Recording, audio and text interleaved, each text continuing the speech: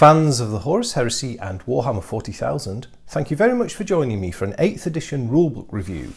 And today we are looking at Imperial Armour Index Forces of the Astra Militarum. So this is the second book from Forge World dealing with Imperial forces, bringing their 40k range up to date with the 8th edition rule set. This review follows on from my earlier video where I looked at this book, Index Forces of the Adeptus Astartes. I'm a Horus Heresy player, so the reason I'm interested in these books is from a point of view of collecting stats together for vehicles that are in the Heresy, to be able to play Heresy games using 8th edition rules by doing a make your own army list. However, I'm also interested in looking at this just to understand the meta, the new meta in 8th edition for armoured forces, and what better book to look at than this. So that's where I'm coming from with this. So what we're going to do in this review, we're going to go cover to cover, talk through what's in the book, and then I'll look through examples of the units. I mean, this is a big book. It's how many pages? 128 pages. So I can't cover everything in this review, otherwise it'll end up being like 2 or 3 hours. So I'll be looking at stuff I'm familiar with or catches my attention. However, if there's a unit in here that you do have questions around, please do feel free to leave a comment after you've watched the video, and I'll try my best to answer that. So I think we're about ready to get started. Just a note on camera perspective, the reason this looks a bit weird is I'm filming it upside down and then flipping the picture over. The reason is this book is a softback book, so my usual top down, right way up review style isn't going to work very well for all of it, because the book keeps closing itself and I don't want to break the spine, so that is why it's this way up. So yeah, grab onto your tablet and hold on. Imperial Armour Index Forces of the Astra Militarum. This is a softback book. It costs £15, released by Forge World. The Forge World books are a bit more expensive in a way than the indexes for the content you get. They are nonetheless still packed full of stat sheets, and these are very focused on the rules. These are purely stat sheets. There's no fluff, no artwork. It's all rules. So I guess the books are probably a little bit slimmer because there's no art in it, whereas in the Games Workshop indexes there is art as well. Right, so what is in this? So firstly we get a large section on the armoured vehicles of the Astra Militarum, so the Imperial Guard, to everyone outside of Games Workshop's legal and marketing department. We then get a section specifically looking at the Death Korps of Krieg, the Elysian drop troops, the Renegades and Heretics army list, Questoris Imperialis, or the Knight Titans, and then for me probably the most exciting thing, and the main reason I bought this book, was for the Titan Legions.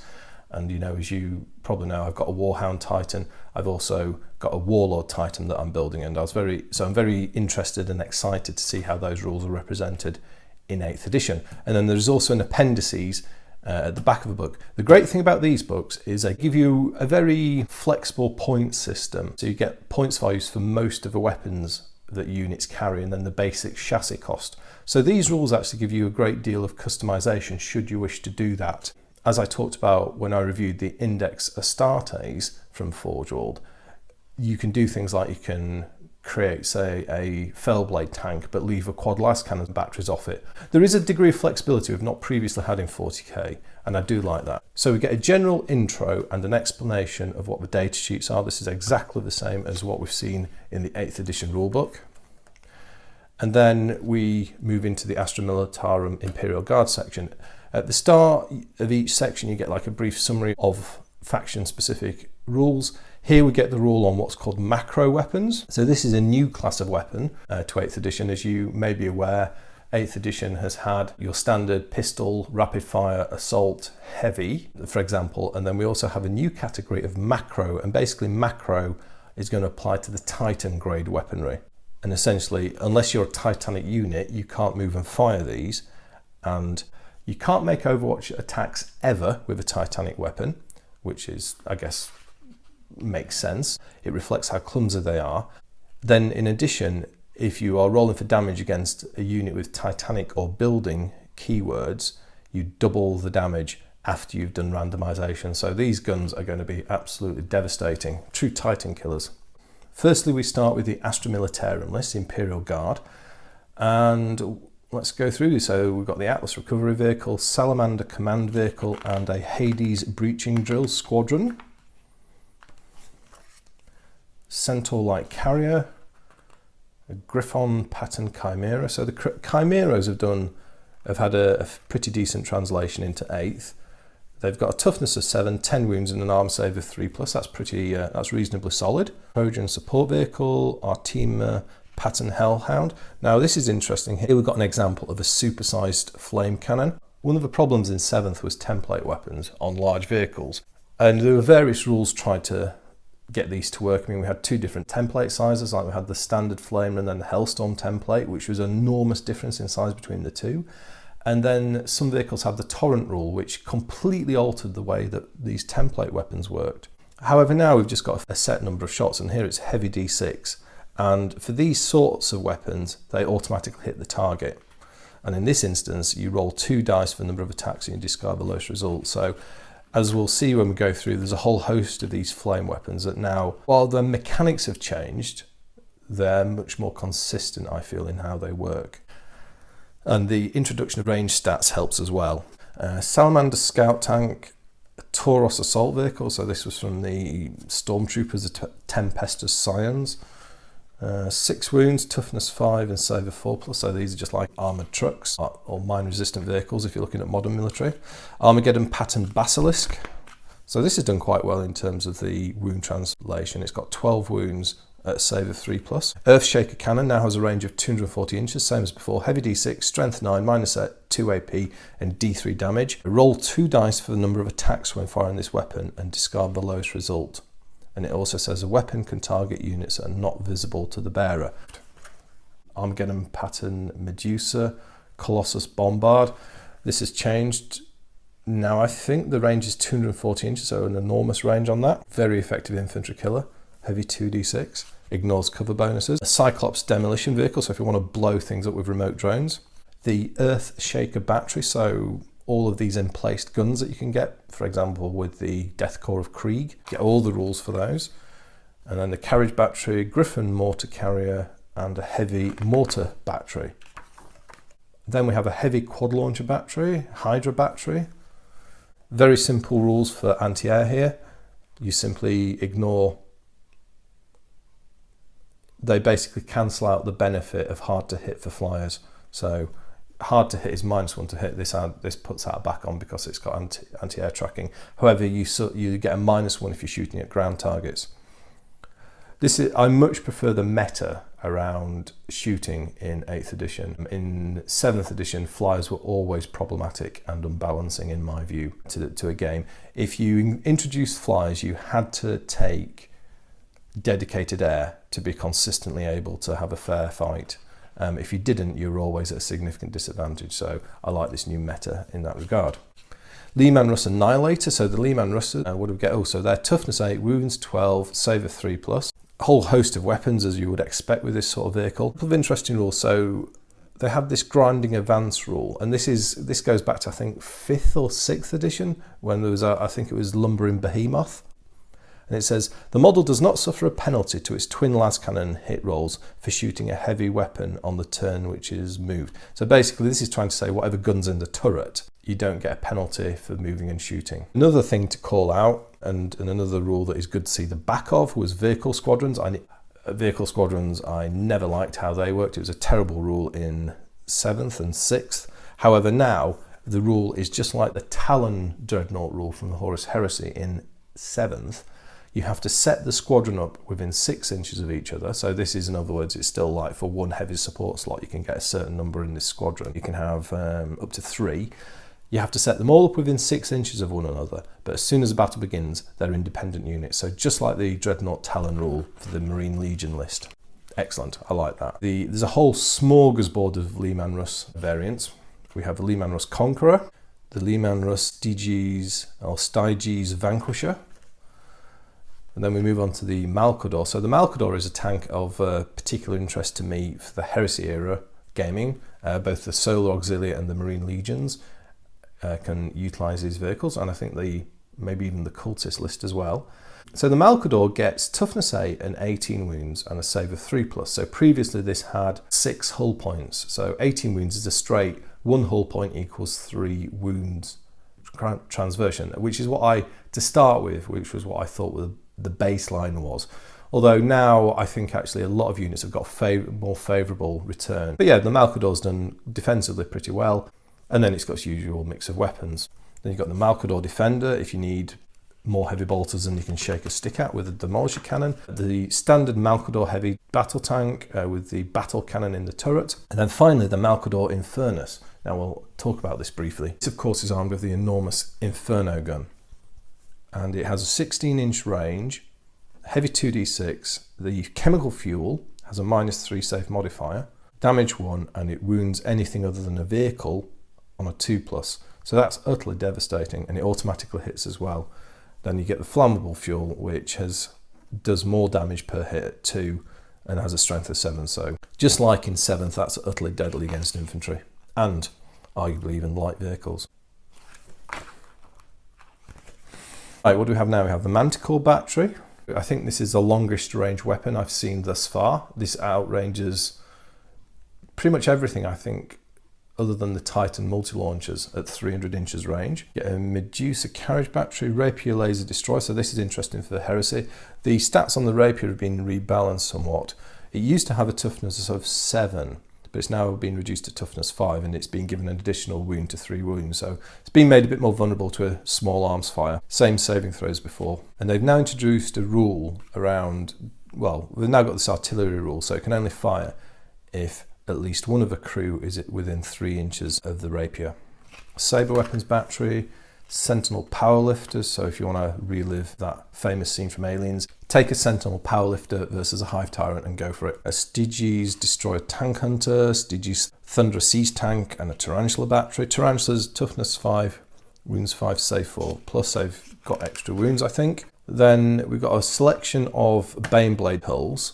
And the first of these is the Arcurian Pattern Stormblade. A lot of these are out of production now, but they have included the rules, which is a nice touch. I've been talking about this, and just like the Fellblade tank, the Baneblades haven't done particularly well in terms of their wound conversion rate. So they've done below average on their wound conversion rate. So they started out with 9 hull points, so they ended up with 26 wounds, so slightly below 3 to 1. Done better on the conversion rate than the Fellblade chassis tank, so. Here we've got a Titan grade weapon on this guy. We've got the Plasma Blast Gun, pretty nasty. Now they've put the overheat rule back in because we've got standard and supercharged fire. In 6th and 7th, there was no risk of taking overheat damage from firing these on full power. The firing supercharged is entirely beneficial in terms of damage output and range compared to the standard shot. So they've put this overheat in, and basically it says for each roll of a 1, the vehicle suffers a mortal wound after you've completed the attack, or each hit roll of 1. We've got the Stormhammer, armed with a Stormhammer cannon. The Arcurian Pattern Storm Sword, which has got a Storm Sword siege cannon. That's quite a nasty one, a real siege mortar type weapon. It's a bit like the cannon on the Typhon assault tank in the Space Marine Legion. Crassus Armoured Assault Vehicle. That's got 20 wounds. I don't know how many hull points it used to have. Can't tell if that's a good conversion rate or not. Toughness 8, saving throw 3+. Pretty much the standard armour on vehicles seems to be 3+ now. Only lighter vehicles like the Taurochs and the Rapiers are getting 4+. And the very heaviest vehicles are getting 2+. Dominus Armoured Siege Bombard. I don't even know what one of those is. It's got a very nasty mortar. And then the Gorgon Heavy Transporter. Now, how many troops can this carry? Oh, this is one with the big prow, and it says heavily armoured prow. This model has a 5+ invulnerable save against shooting attacks, so that makes that quite an interesting one. It's got 30 wounds as well, and it can carry 50 Astra Militarum infantry models, so 50 Imperial Guard. Heavy weapon teams are 2, and Ogryns are worth 3. Here's another one of the variant tanks. We've got the Macarius heavy tank. So this is kind of like the light Baneblade almost. Toughness 8, 22 wounds, saving throw is 3+. And then you've got the Macarius Omega. That's got the Omega Pattern Plasma Blast Gun. I don't know, I've not seen the stats on this before, but they've toned down the power of this compared to the full-size Plasma Blast Gun, which is probably about right, really. And they've toned it down by reducing its range a bit. We have the Macarius Vanquisher, so your armor cracker. And you've got the Macarius Vulcan, with a Vulcan Mega Bolter. Vulcan Mega Bolters, let's have a look. So range 60, same as before, heavy 15 as before, strength 6 as before, -2 save mod now, and damage 2 per hit. If you don't move, you can double its fire rate, so like before, so that becomes heavy 30, so that remains as deadly as ever, I would say. Marauder bombers, so these are the heavy Imperial bombers. I know very little about these anyway, so I can't really compare them. Toughness 7, 20 wounds and a save of 3+. It's pretty tough. You've got the Marauder Destroyer, which is getting more like, that's more like a gunship, isn't it? Fans of back-to-front vehicles, we've got the Minotaur artillery tank. This is usable in Heresy, so that's an interesting one to see. 22 wounds, so it's got the same wounds total as a Macarius chassis, and it has a twin Earthshaker cannon, so it's just like the Earthshaker cannon, except for you, it's got double the firepower. Keeps its heavily armoured front. Praetor armoured assault launcher, so this thing is the Crassus transporter with a massive missile battery built into it. There's a whole host of lethal weapon missiles you can launch there, including you get the option of firing Pilum missiles for shooting down aircraft and other flyers. Now here's a vehicle that's had a move in the meta, the Valdor Tank Hunter.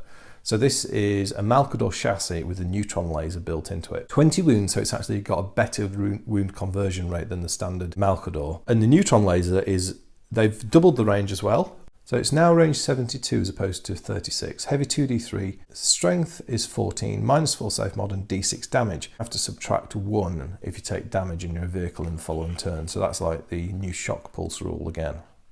An Aquila Lander. Arvus Lighter, so this again is another vehicle we've seen in the Heresy. Let's have a look at that. So toughness 6, 8 wounds and a save of 3+. Yeah, that's not bad. Movement 20 to 30 as long as it's not hovering.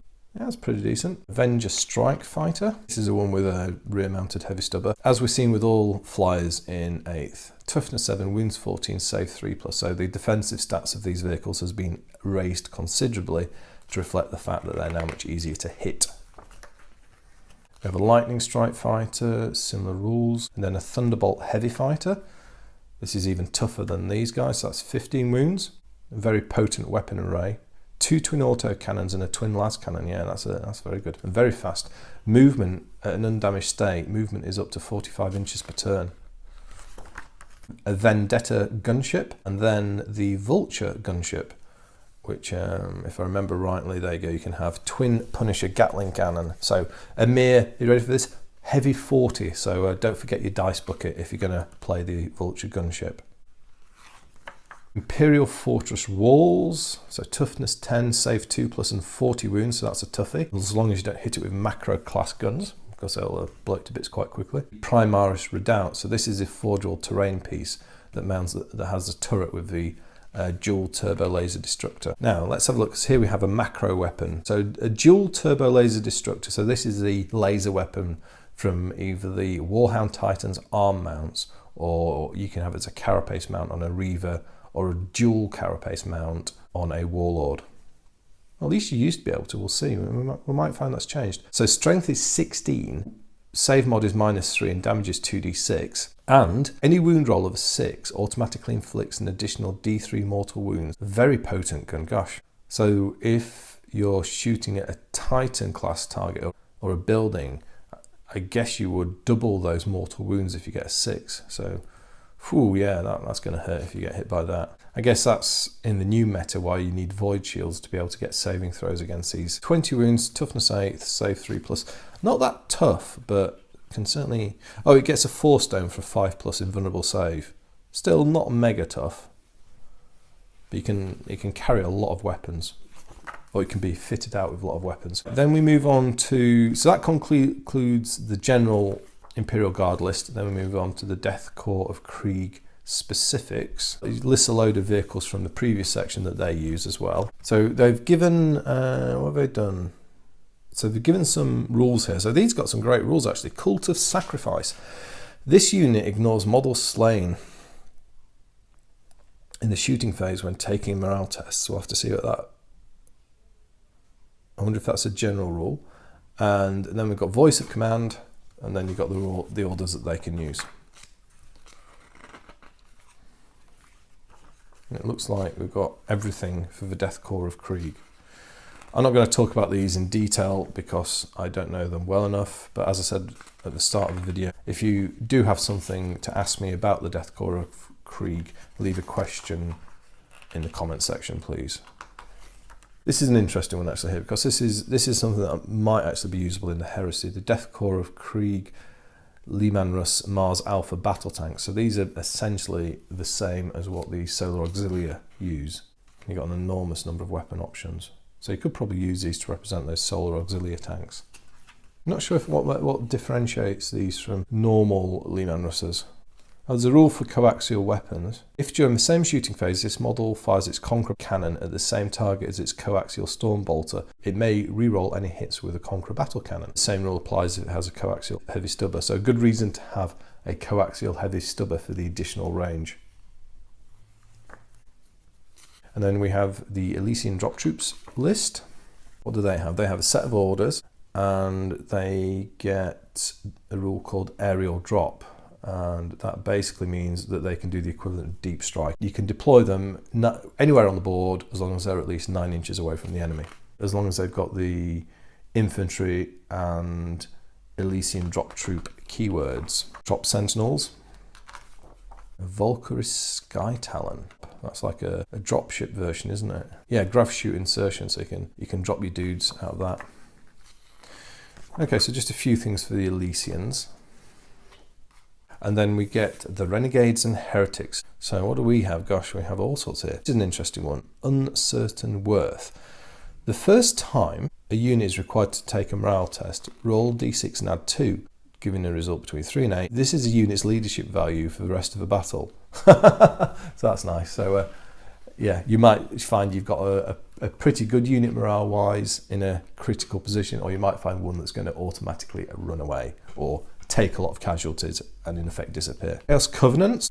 So I'll run through these. So this covers the 4 major Chaos gods. We have Khorne. Infantry add 1 to their strength on the turn they charge. For Nurgle, infantry gain a 6+ invulnerable save against attacks with a strength of 4 or less. That's good. Slanesh, you get to roll 2 dice when advancing and choose the highest result. You can throw 3d6 when they charge, choose the 2 highest results. So Slanesh get to be quick. And then finally, Tzeentch.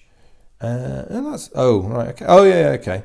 Any infantry gets +1 to hit when firing Overwatch. So that could be quite a useful one to play there if you plan it into a gun line. Then you get Discipline. What's this? Oh, this is for Psychers, right? And then you get the stats. You get Renegade Commander, Malefic Lord, Rogue Psyker Coven, Militia. Yeah, cheap, poor quality militia. I guess quite a lot of this might be portable over to the militia list for the Heresy. Yeah.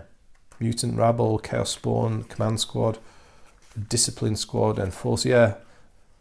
Marauder Squad, Beast Handler, yeah, I can see this being usable for those guys. Got the similar, things like the Militia have got the similarly terrible stats. Militia Squad, yeah, 5s to hit, saving throw of 6+, highly expendable. Right, what's next? Beast Handlers and Ogrin Brutes. I wonder how many wounds an Ogrin gets. Toughness 5, 3 wounds. And that's quite similar to what they were before. And then you get Plague Ogrins. They have Plague Stims. Ooh, Signs of Nurgle. And a Heavy Weapon Squad. And that then brings us to one of the sections that I'm particularly interested in, which is the Questoris Imperialis lists, or the Knight Titans.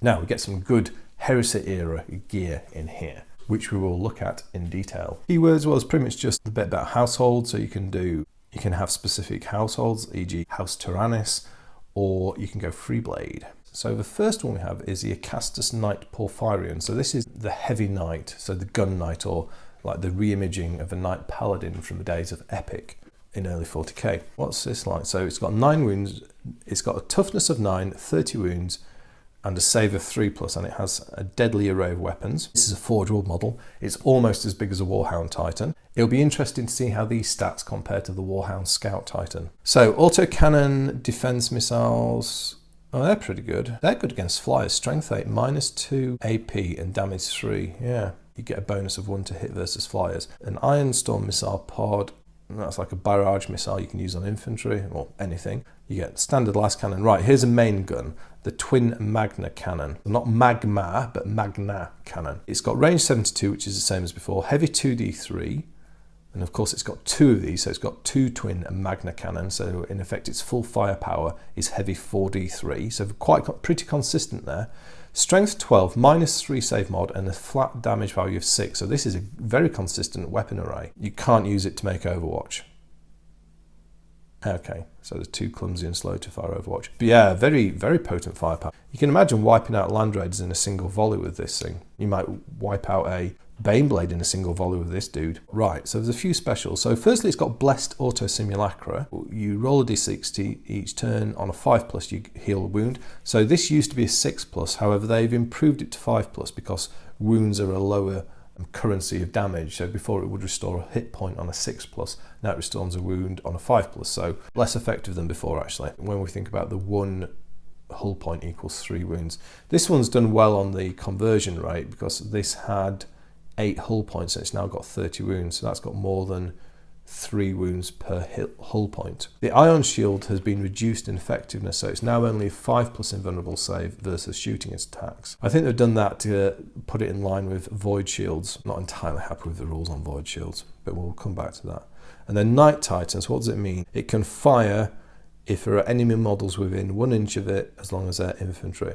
Oh, excellent. So no more swarming Titans with infantry and uselessly pinning them in combat. You're going to get vaporized by its massive weapons array. Excellent, I like that. It can move and fire its heavy weapons without penalty. So some good rules there, and addressing some of the silly aspects of 7th edition mechanics, 6th and 7th edition mechanics. So if you're lucky enough to own one of these puppies, say that's increased in battlefield effectiveness.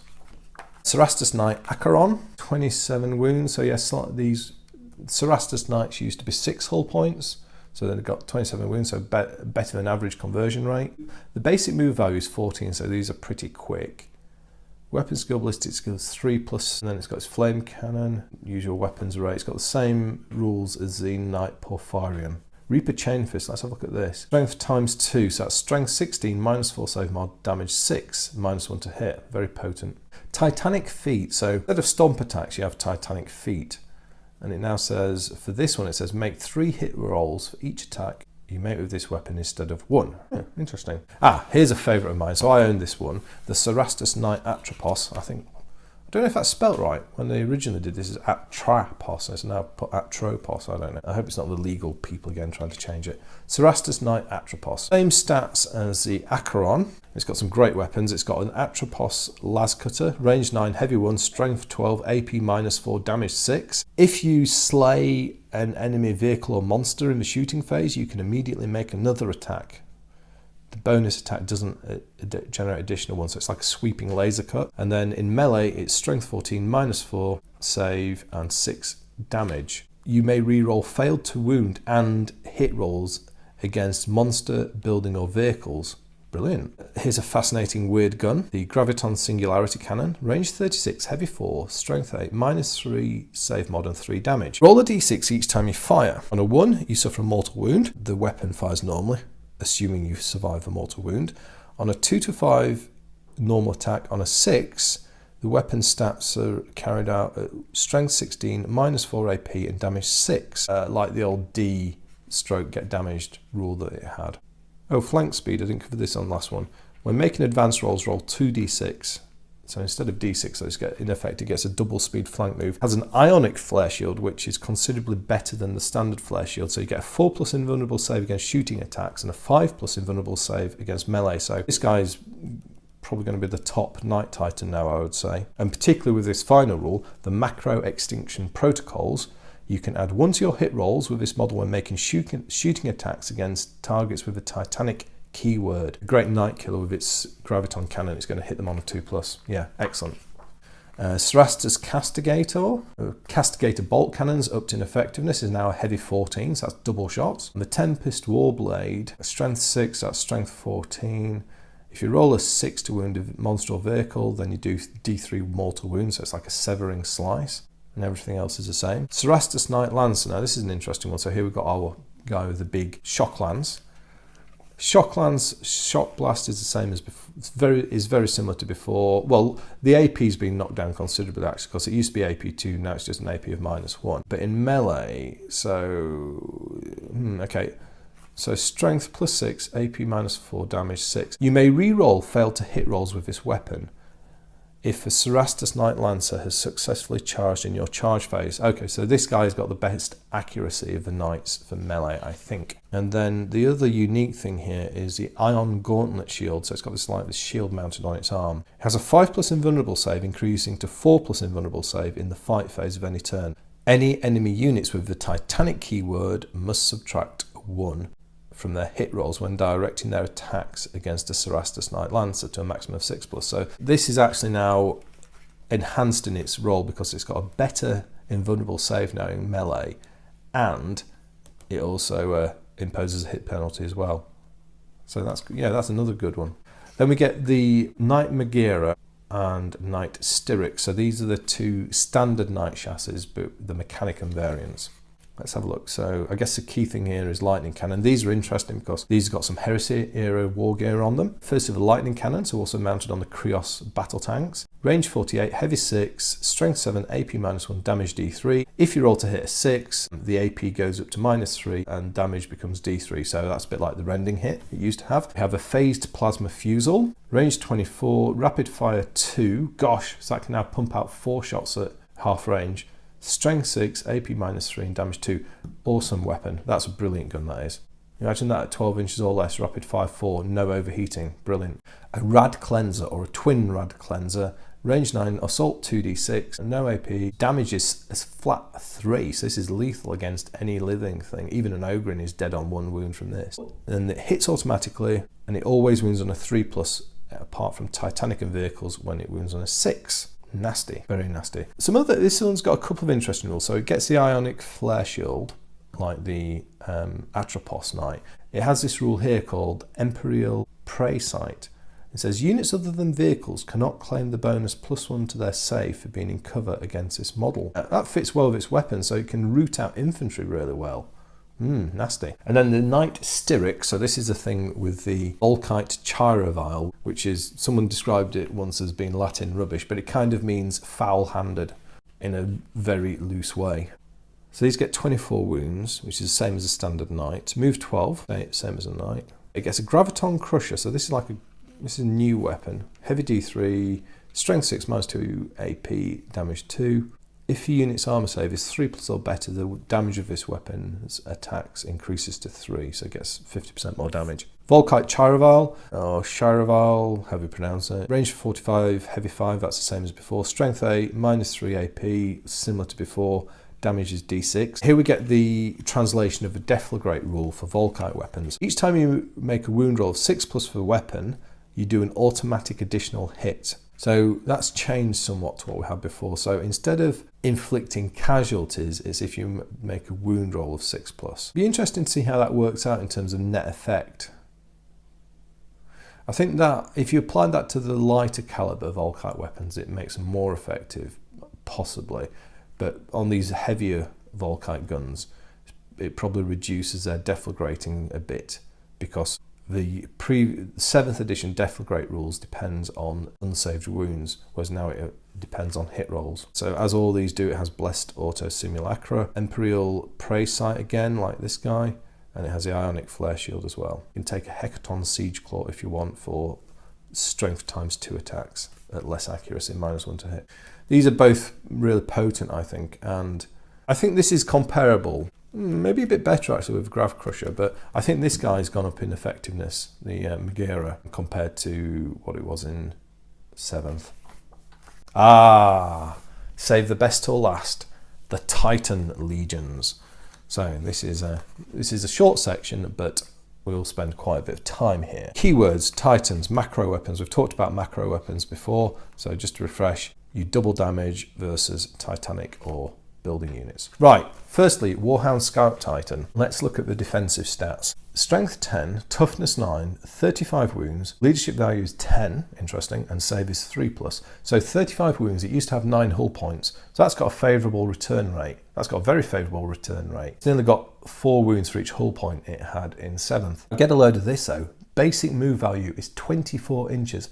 Finally, after many editions, the Warhound Scout Titan finally moves at a speed that seems to reflect its its nature. Weapon skill 5+, ballistic skill 2+, and void shields. So obviously void shields are changed.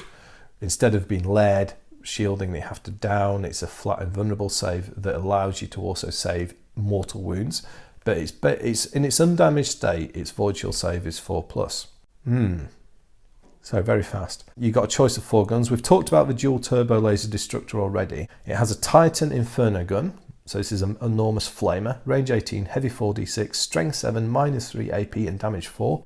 Automatic hits. Possibly a bit less effective against certain units of infantry. However, it's now a pretty good weapon against tanks as well. Yeah, even things like a Leeman Russ or a Land Raider, the Inferno gun will be great against. It's going to struggle against the heavier Titans because, I don't know though, because say, you know, if you think double toughness is 14, that wouldn't be bad against most Titans in all fairness, most heavy vehicles as well, yeah. Interesting, so short range but enormous firepower and hits automatically.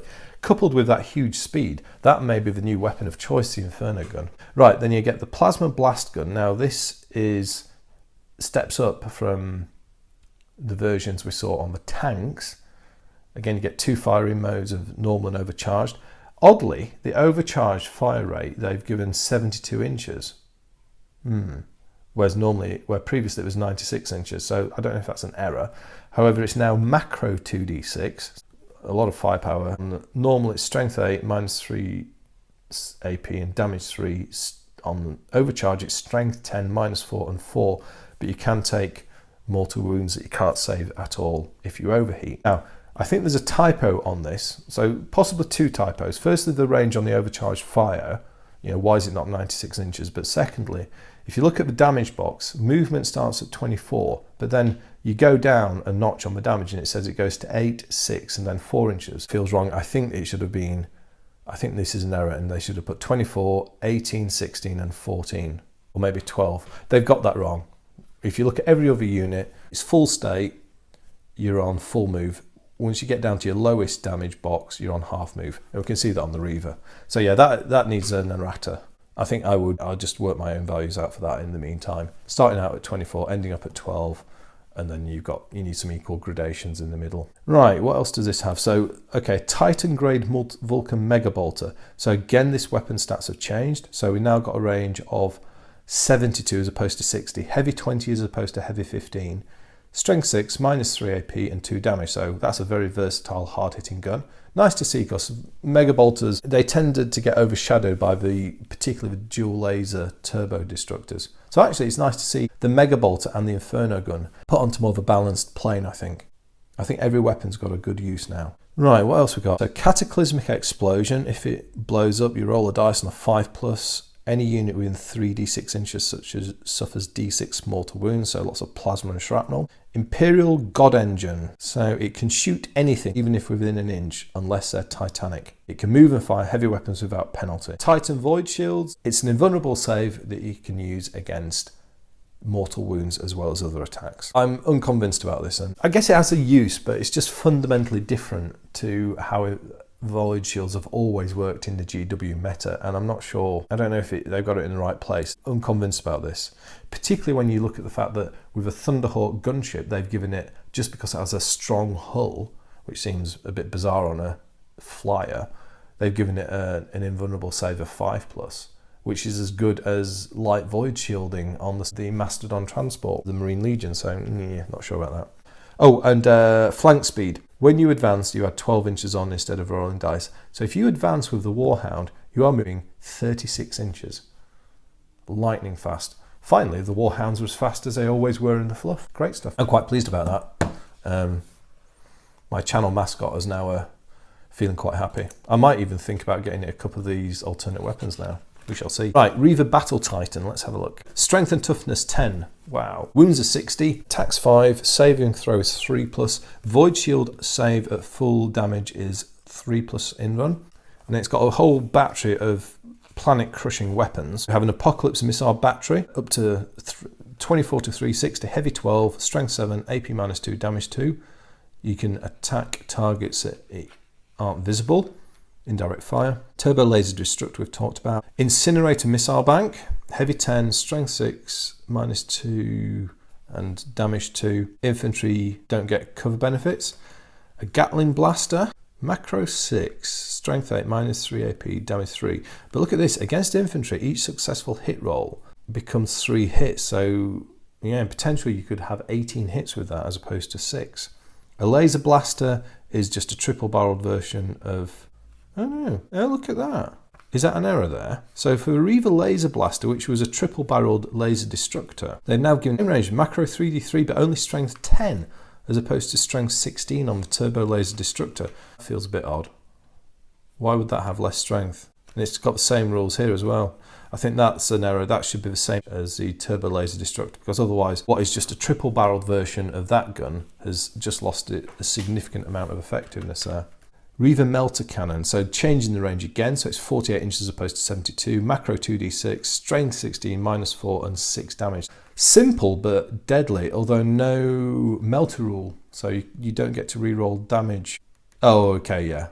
Because it's got fixed damage, that nullifies the melter rule, doesn't it? Now, and then here's a nasty one. Reaver volcano cannon, range 180, macro d6, strength 25, so it's going to wound itself on a 2+, minus 5 AP and 12 damage. That's a shocker, that one, isn't it? And shooting against titans, that doubles that. So 6 shots at 24 damage. You can vaporize a Reaver in 1 shot, and I suspect that you'll be able to whack a Warlord in 1 shot as well. But you do need luck. Inferno gun, same as a Warhound. Blast gun, same as a Warhound.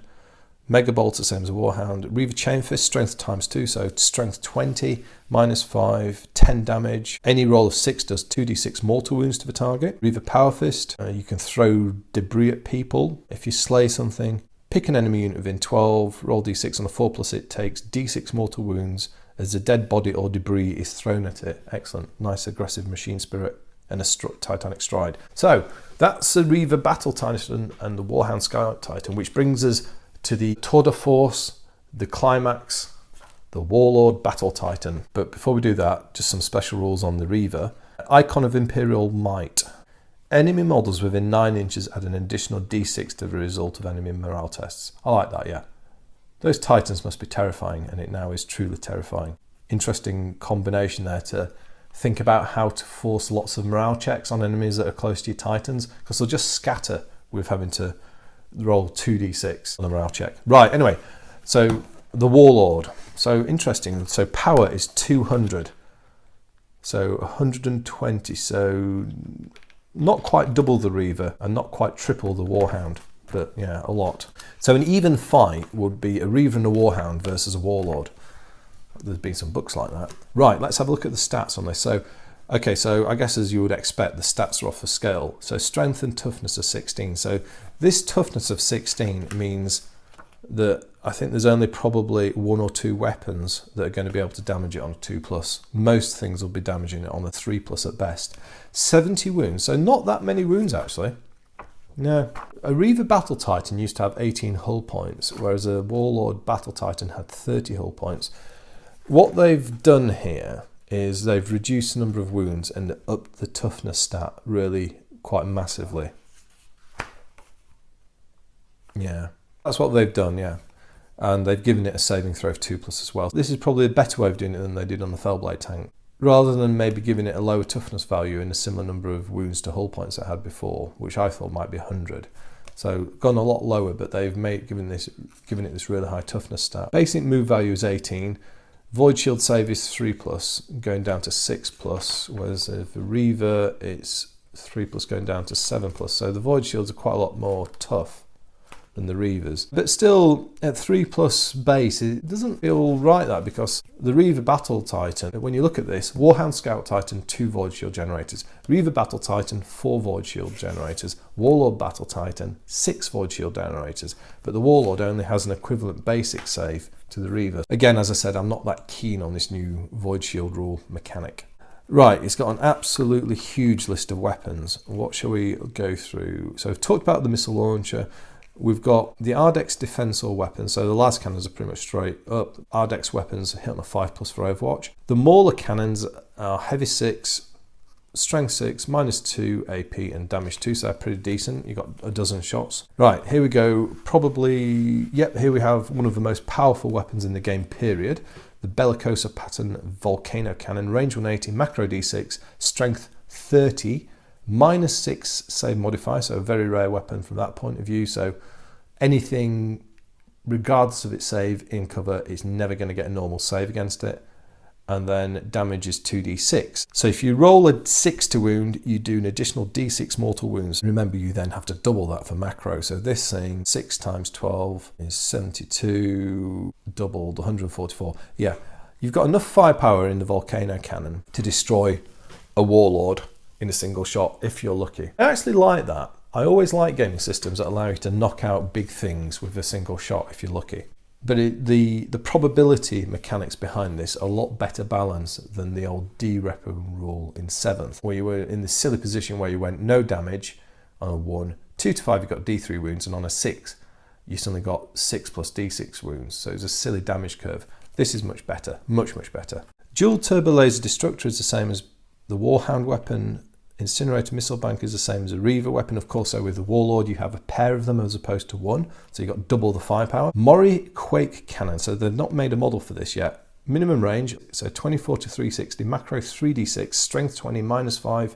AP strength 6. If you get hit, you halve your move next turn and you can't advance. Handy.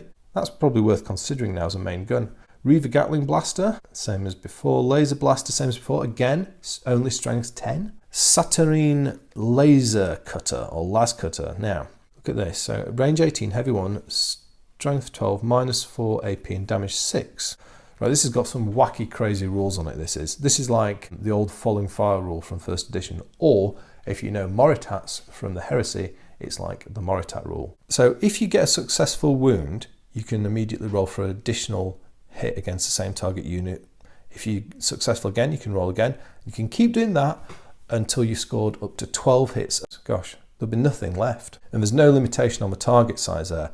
So you can even use that for slicing up enemy titans, can't you? And at strength 12, even against a Reaver, you're wounding it on a 3+. Ooh, I would argue that is now quite a popular weapon choice for the Warlord. Come on, Forge World, can we have a model, please? Also can work in melee. So the ballistic skill on this is 2+, like all the battle titans. So this shooting attack with the Las Cutter is very deadly indeed. In melee, you can re-roll fail to hit rolls. So you've got 5 attacks. Yeah, that's not bad. Weapon skill 4+, against anything which is monster building or vehicle. Sun Fury Plasma Annihilator. So I've got one of these. It's a great looking gun. Right, range 72, same as before. Macro 2d6, strength 10, -4 AP and 2d6 damage. So it does a lot of damage. After resolving all damage on the target unit, roll a d6 for every other unit within 6 inches of a target unit. On a 4+, that unit suffers d3 hits using the weapon's profile. So that's like a plasma splash. And this is one of the nearest things I've actually seen to an actual blast weapon rule. Not bad. Yeah, and macro as well. So yeah, that's a good gun. Probably won't be not as effective against an enemy warlord, but still that'll still be decent against a Reaver, particularly with 2d6 shots. Yeah, you could still core out a Reaver in a single shot with that easily, actually. Massive damage potential on that thing. A Titan Plasma Blast Gun is the same as we've seen already. Megabolt are the same. Twin Megabolt, well, you know, double the fun. And then the Warlord Gatling Blaster is the same as the Reaver one, apart from it's 12 shots as opposed to 6. Now, here we have the most powerful weapon in the game so far. The Ariok Titan Power Claw. Strength is ×2, so strength is 32, so it's the only weapon in the game that can damage a Warlord Titan on a 2+, -5 AP and 12 damage. If you slay a vehicle or monster that isn't Titanic, you get to throw rubbish, you know, same as actually the Reaver fish, you get to throw some stuff at them. A Grated Titanic Stride for melee. AP is -4, damage is 3, make 4 hit rolls for each attack instead of 1. So what's that then? So that would be 20 attacks you could make against an enemy infantry unit. And you can shoot them as well. So yeah, no more infantry swarming of Titans. Well, no, you can swarm up Titans with infantry, you're just going to pay an enormous cost. Now, an interesting observation here, no vortex missiles. So they've taken out some weapon options that had previously been in the 7th edition Titan rules. Interesting. And on the vortex missile, there's no vortex missile rule on the Reaver either. I don't know if they even sell the vortex model anymore. Anyone in the comments? If anyone knows, let me know in the comments. So that's Warlord Battle Titan, and then looking at the special rules, so you get 2 carapace and 2 arm weapons. It has the Icon of Imperial Might rule, and I think everything else is similar. I mean, Titanic Gate here, you have a fixed advance move of 8 inches. You know, similar way with the Reaver, it was 10, and the Warhound, it was 12. Although this is an enormous great lumbering behemoth, it can still cover 26 inches in a turn. Slow in relative terms, very fast compared to an infantryman. They've really toned down the explosion results, so if someone is lucky enough or chancy enough to reduce a Warlord to 0 wounds, on a 5+, it has a cataclysmic explosion. Each unit within 3d6 inches suffers 2d6 mortal wounds. So yeah, obviously that's a heck of a lot of damage, but it is toned down compared to the high probability and enormous explosion that used to come with the cataclysmic explosion in 7th. There you go. What do I think of the Warlord? The firepower is utterly enormous and much, I think, greater than before. You can see these things squaring off against each other. It will be an absolutely incredible fight. Against anything else, it's going to be absolute death. Although, you know, you can harm it with Perkins's humble lasgun now, of course. Just for reference, you need 2,000 lasgun shots to take this down. So, yeah, get ready in your rank and file. So, yeah, there you go, the Titans. Right, then you have a section of appendices, which has got the basic unit values, the weapon costs, and then all the weapon profiles. So this is a great resource, this section of the book. Really like how they've presented this and the flexibility this gives us as players. You get the Knights as well. Interestingly, the Knight Titans, we get a base chassis cost with no war gear, which you have to add the war gear on. So I wonder, let's have a look at the Knight Atropos. So it starts at 405, and then we need a las cutter, so that's 80, and then a singularity cannon, which is 70. So you've got 150 points of gear, so that takes it up to 555. So it used to be 425. So the cost of it, as all vehicles have it in 8th, has gone up. The Titans, though, are an exception to the rule. They have an all-in cost. Reaver is 2,400, a Warhound is 1,500 points, and a Warlord is 4,000 points now. These used to be, so this Warhound cost has doubled, as that used to be 750. The Reaver has gone up by 50%, because that used to be 1,800-ish, and the Warlord has gone up by about a third, a little bit more than a third, because it used to be around 2,800-ish points, depending on your war gear options. The base cost was 2,750. Once you'd added weapons on, you could be close to 3,000. We don't actually get individual points for the Titan grade weapons. You get the Titan weapons. And there you go. That brings us to the end of Imperial Armour Index Forces of the Astra Militarum. What do I think? Well, clearly this is a great resource if you like forge-walled armour and other heavy tanks and their specialised troops that they make for 40k. There's loads of stuff in here. As a Heresy player looking to start doing some Heresy gaming with what rules are available from 40k, this is an invaluable resource, and there's a whole host of stuff I can strip out of this to help me do that. I suppose 15 quid, that's not bad value for this sort of book.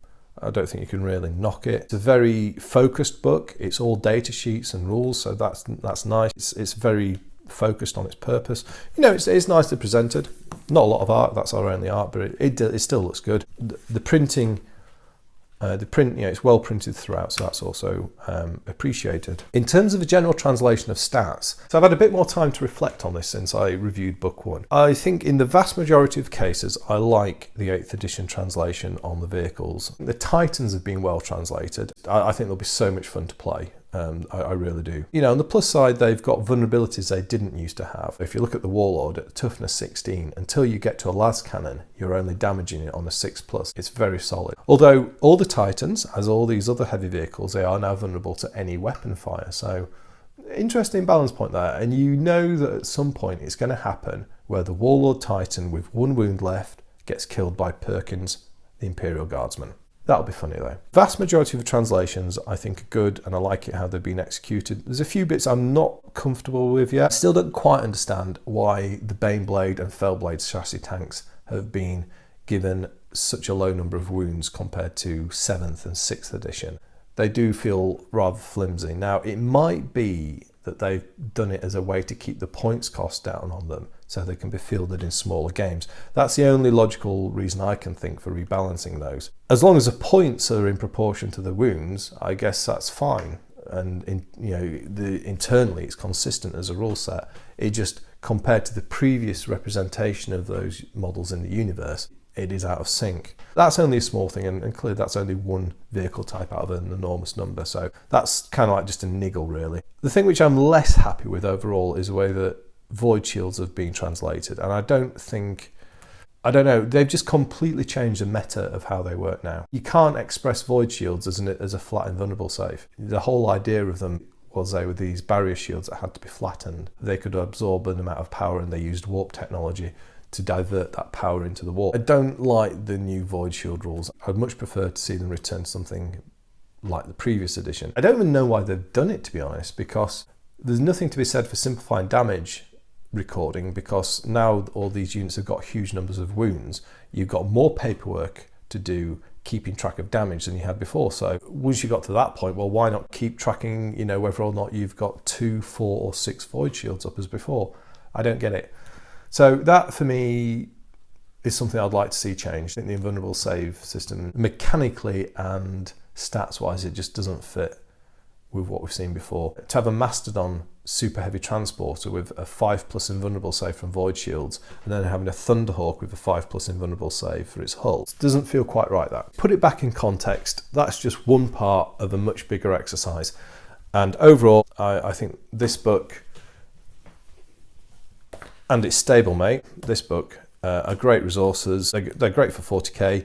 There's a lot of great stuff in here to try to start doing Heresy era 8th edition as well. So that's what I think about Index Forces of the Astra Militarum. If you've got any observations or comments, I'll be very interested to hear them as usual. So thank you very much for watching. I'll speak to you next time, and goodbye.